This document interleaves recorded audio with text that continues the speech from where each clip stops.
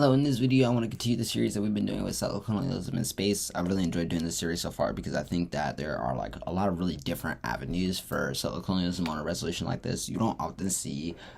resolutions where like particular criticisms can really like go either direction on the topic, especially when it comes to being affirmative. But with Settler Colonialism, you can both kind of like refuse a lot of like the terms and like generative ways of the topic. It tries to create a different type of relationship to space, while also like if you desire to also kind of like make arguments about like futurism and other stuff like that in order to create like justifications for like how we're able to think about space outside of like a privatized apparatus. And I think that there are a lot of really interesting arguments about like the ways in which like these two responses to space are like really similar in terms of the way in which they kind of like are able to like say no to a lot of the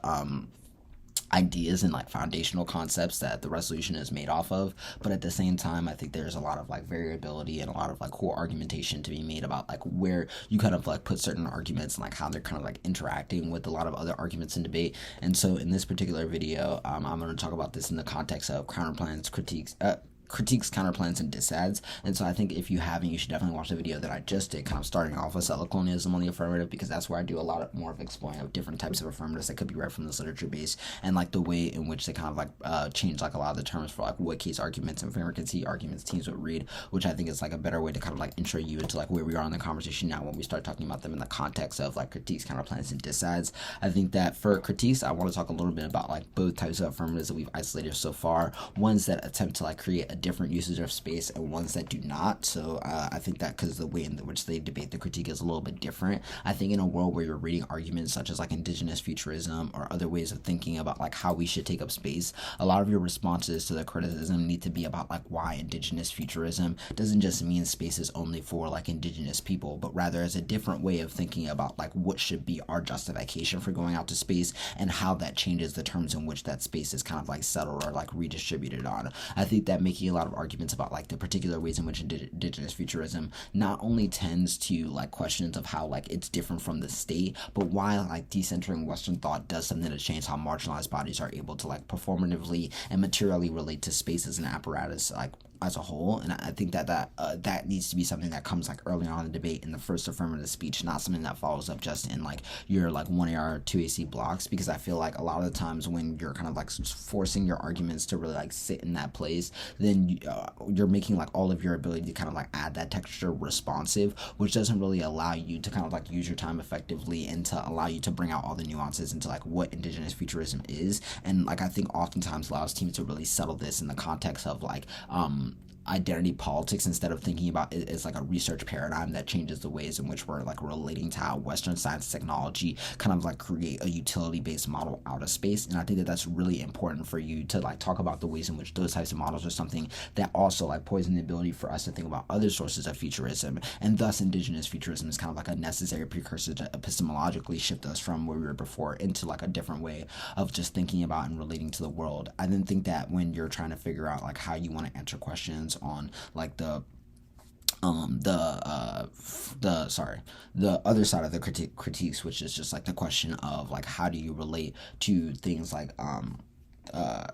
how do you relate to the affirmatives that are just kind of just about like why we should refuse like the call to space in the first place. I think most criticisms will start to make arguments about like why there are some particular usages of like thinking about and understanding space that are like necessary. I feel like it would be really interesting to see a really more like pessimistic view of space from like a settler colonial team on the affirmative versus like an Afrofuturism criticism, or vice versa, because I think that there's like a really interesting clash to be made about like the ways in which these kind of like nuances have to be able to like speak to each other in order to understand like how both are kind of like unrepresented in the context of discussions about space now, and why like a decolonial kind of like ethic towards those things can kind of shift those paradigms. I feel like against affirmatives that are against criticisms that are really going to try to weigh in on how space is generative for other folk, or why decolonization and settler colonialism shouldn't be the crux of our decision making for how we're able to think about our relationship to space, is a place where you really need to like go in terms of like the great way in which like the co-optation of kind of like dreams of space race are kind of like used in order to produce further privatization privatization, making arguments about like why,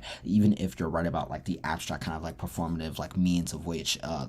these different type of arguments are trying to assert like how futurism can be like a liberatory practice in the context of space, there's so many arguments to make in the context of like why that kind of like necessary reliance on futurism in order to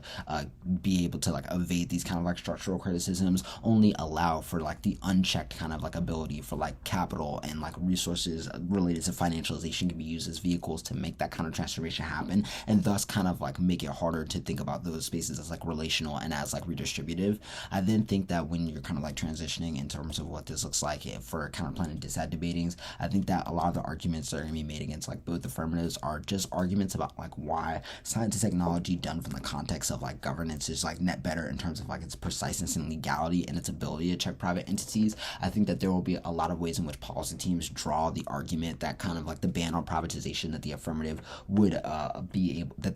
take up would also stop like various types of indigenous type relationships to space and indigenous organizations from relating to space. And I think in that context, you really need to like indict the idea that like indigenous resistance and like indigenous voices can only be done if they mimic the sovereign or other financialized institutions that exist within civil society. I think making arguments about why that kind of like formal matter for how we're able to think about like the way in which we are able to like listen to the legibility of voices is like really important for you to be able to make arguments about like how the overinvestment into sovereignty is what creates like colonial desires to become part of like any of our imagination of what freedom or the future looks like. And I think that making arguments about why your futurism is distinct from sovereignty is like super important for you to get out of like a lot of the criticisms that teams will make about like how it kind of like distances you from being able to think about a resistance that's much more tuned in to a refusal of humanity and humanization than it is like one that attempts to become human. And I think that those distinctions are really important for you to be able to build strong arguments that are kind of like building towards like an impact turn towards like what a lot of the impacts are going to be read for a lot of these dissads.